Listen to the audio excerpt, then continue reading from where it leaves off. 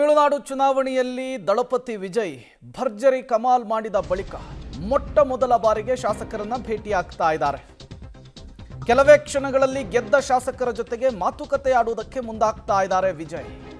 TVK ಕೇಂದ್ರ ಕಚೇರಿಯನ್ನ ವಿಜಯ್ ತಲುಪಿದ್ದಾರೆ ಅನ್ನೋದು ಗೊತ್ತಾಗ್ತಾ ಇದೆ. ಚೆನ್ನೈನಲ್ಲಿದೆ ಕಚೇರಿ. ಫಲಿತಾಂಶದ ಬಳಿಕ ಶಾಸಕರನ್ನು ಉದ್ದೇಶಿಸಿ ಮಾತನಾಡ್ತಾ ಇದ್ದಾರೆ, ಚರ್ಚೆಯನ್ನು ನಡೆಸ್ತಾ ಇದ್ದಾರೆ. ಮುಂದಿನ ರಾಜಕೀಯ ನಡೆಯ ಬಗ್ಗೆ ವಿಜಯ್ ಶಾಸಕರುಗಳ ಜೊತೆಗೆ ಚರ್ಚೆ.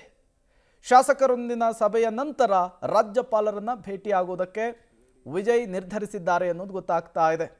ನೀವು ಕೂಡ ದೃಶ್ಯವನ್ನು ಗಮನಿಸ್ತಾ ಇದ್ದೀರಿ. ವಿಜಯ್ ಈಗ ಚೆನ್ನೈನ ಟಿವಿಕೆ ಪ್ರಧಾನ ಕಚೇರಿಗೆ ಎಂಟ್ರಿಯನ್ನು ಕೊಟ್ಟಿರುವಂಥದ್ದು. ವಿಜಯ್ ಬರ್ತಾರೆ ಅನ್ನುವಂತಹ ವಿಚಾರ ಗೊತ್ತಾಗಿ ಸಾವಿರಾರು ಸಂಖ್ಯೆಯಲ್ಲಿ ಪಕ್ಷದ ಕಾರ್ಯಕರ್ತರು, ಅವರ ಅಭಿಮಾನಿಗಳು ಜಮಾಯಿಸಿದ್ದಾರೆ. ವಿಜಯ್ ಬರ್ತಾ ಇದ್ದ ಹಾಗೆ ಘೋಷಣೆಯನ್ನು ಕೂಗಿದ್ದಾರೆ.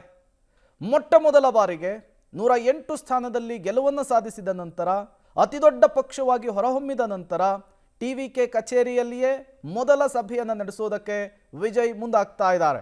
ಡೀಟೇಲ್ಸ್ ಅನ್ನು ಕೊಡೋದಕ್ಕೆ ಶಬೀರ್ ನೇರ ಸಂಪರ್ಕದಲ್ಲಿ ಜಾಯಿನ್ ಆಗಿದ್ದಾರೆ. ಶಬೀರ್, ಈಗಾಗಲೇ ವಿಜಯ್ ಟಿವಿಕೆ ಪ್ರಧಾನ ಕಚೇರಿಗೆ ಆಗಮಿಸಿದ್ದಾರೆ. ಶಾಸಕರ ಜೊತೆಗೆ ಚರ್ಚೆಯನ್ನು ನಡೆಸೋದಕ್ಕೆ ಮುಂದಾಗ್ತಾ ಇದ್ದಾರೆ.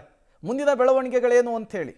ನಿನ್ನೆ ಫಲಿತಾಂಶ ಬಂದ ಬಳಿಕ ನಡೀತಾ ಇರುವಂತಹ ಮೊದಲ ಸಭೆ ಇದಾಗಿರುವಂಥದ್ದು. ಚೆನ್ನೈನಲ್ಲಿರುವಂತಹ ಟಿವಿಕೆಯ ಕೇಂದ್ರ ಕಚೇರಿಯಲ್ಲಿ ಎಲ್ಲ ಶಾಸಕರು ಕೂಡ ಈಗಾಗಲೇ ಸೇರ್ತಾ ಇದ್ದಾರೆ. ನಟ ವಿಜಯ್ ಕೂಡ ಈಗಾಗಲೇ ಕಚೇರಿಯನ್ನು ತಲುಪಿರುವಂಥದ್ದು.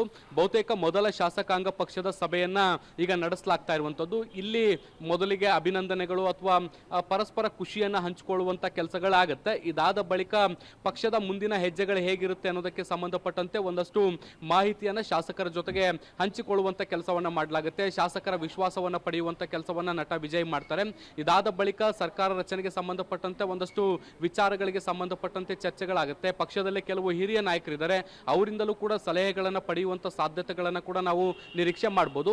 ಸೊ ಈ ಒಂದು ಶಾಸಕಾಂಗ ಪಕ್ಷದ ಸಭೆ ಆದ ಬಳಿಕ ಬಹುಶಃ ಮುಂದಿನ ಹಂತದಲ್ಲಿ ಅವರು ರಾಜ್ಯಪಾಲರನ್ನ ಕೂಡ ಭೇಟಿಯಾಗಿ ಸರ್ಕಾರ ರಚನೆಗೆ ಸಂಬಂಧಪಟ್ಟಂತೆ ಅಧಿಕೃತವಾಗಿ ಹಕ್ಕು ಮಂಡನೆಯನ್ನ ಮಾಡಿ ಒಂದಷ್ಟು ಕಾಲಾವಕಾಶವನ್ನ ಪಡಿಬಹುದು. ಈಗ ಮೂಲಗಳು ಹೇಳೋ ಪ್ರಕಾರ 2 ವಾರಗಳ ಕಾಲಾವಕಾಶವನ್ನ ಕೇಳಲಿಕ್ಕೆ ವಿಜಯ್ ತೀರ್ಮಾನ ಮಾಡಿದ್ದಾರೆ ಅನ್ನುವಂಥದ್ದು ಕೂಡ ಗೊತ್ತಾಗ್ತಾ ಇದೆ. ಸೊ ಈ ಶಾಸಕಾಂಗ ಪಕ್ಷದ ಸಭೆ ಆದ ಬಳಿಕ ರಾಜ್ಯಪಾಲರ ಭೇಟಿ ಮಾಡುವಂತಹ ಕಾರ್ಯಕ್ರಮವನ್ನು ಕೂಡ ಸದ್ಯಕ್ಕೆ ವಿಜಯ್ ಇಟ್ಕೊಂಡಿದ್ದಾರೆ.